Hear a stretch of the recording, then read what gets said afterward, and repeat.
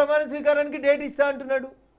నీ దగ్గర ఉన్నాయే 107, నీకు బేషరతుగా సపోర్ట్ ఇస్తుంది కాంగ్రెస్ 5, నీ దగ్గర మొత్తం ఉన్నాయి 112. నువ్వు మొదటి రోజు ఏమన్నావు, 2 సిపిఐ వాళ్ళు ఇస్తారు, 2 సిపిఎం వాళ్ళు ఇస్తారు, 2 విఎస్కే వాళ్ళు ఇస్తారు, 1 ఐయుఎంఎల్ వాళ్ళు ఇస్తారు అని విజయ్ గారు క్లెయిమ్ చేసుకున్నారు.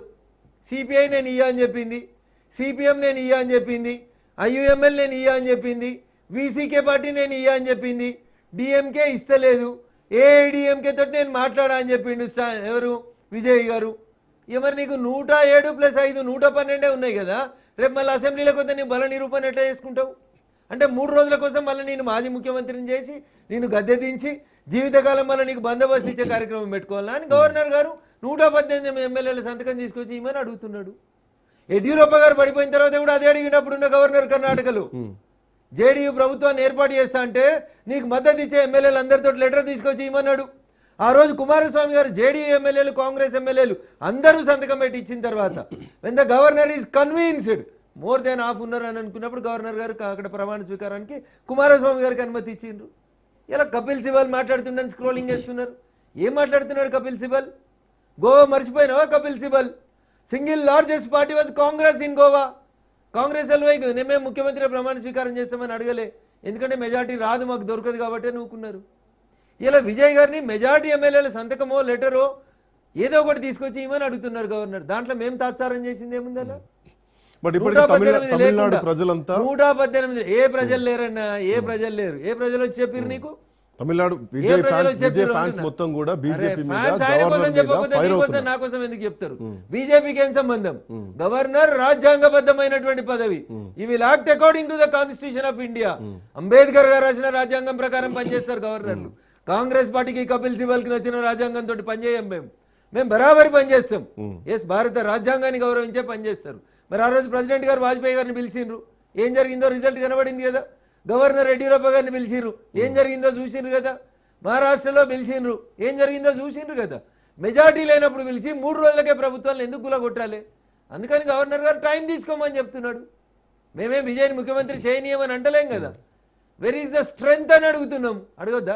బట్ ఎందుకు బీజేపీయేతర ప్రాంత రాష్ట్రాల్లోనే గవర్నర్లతో ఆ ముఖ్యమంత్రులకు, కాబోయే ముఖ్యమంత్రులకు ఎందుకు ఈ ప్రాబ్లమ్స్ వస్తున్నాయి? ఆయన బల పరీక్షలు చేసుకుంటా అంటున్నారు, ఆయన అసెంబ్లీలో ప్రూవ్ చేసుకుంటా అంటున్నారు.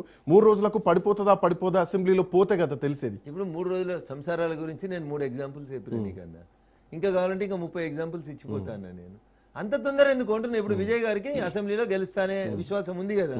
ఇంకో 2 రోజులు తీసుకొని ఎమ్మెల్యేలు ఎవరు సంతకం పెట్టి ఇచ్చిమని అడుగుతున్నా. What is wrong in it అన్న? ఇప్పుడు సిపిఐ చెయ్యది, సిపిఎం చెయ్యది, ఐయుఎంఎల్ చెయ్యది, వీసీకే చెయ్యదు. మిగిలిన 112 మంది విజయ్ గారితో ఉన్నారు. 112 పోను సిపిఐ 2, సిపిఎం 2, విఎస్కే 2, ఐయుఎంఎల్ 1. వీళ్ళు 7 ఉన్నారు. వీళ్ళు 7 ఆయన దిక్కుపోరు. So how you will get majority? DMK రాదు, ఏఐడిఎంకే రాదు, నీతోటి ఎట్లా వస్తుంది నీకు మెజారిటీ? మీ ఉద్దేశం ప్రకారం తమిళనాడు ప్రభుత్వం ఎవరు ఏర్పాటు చేస్తారనుకుంటున్నారు? నేను గవర్నర్ ఆఫ్ తమిళనాడు కాదన్న. అయితే మీకున్నటువంటి రాజకీయ బాగా చెప్తుంటా.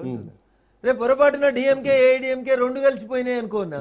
If they will get more than 118, that is what happened in Karnataka. Yeddyurappa గారు దిగిపోయిన తర్వాత కుమారస్వామి గారు పోయినప్పుడు కాంగ్రెస్ వెనకాల నిలబడి సపోర్ట్ చేయలేదా అన్న?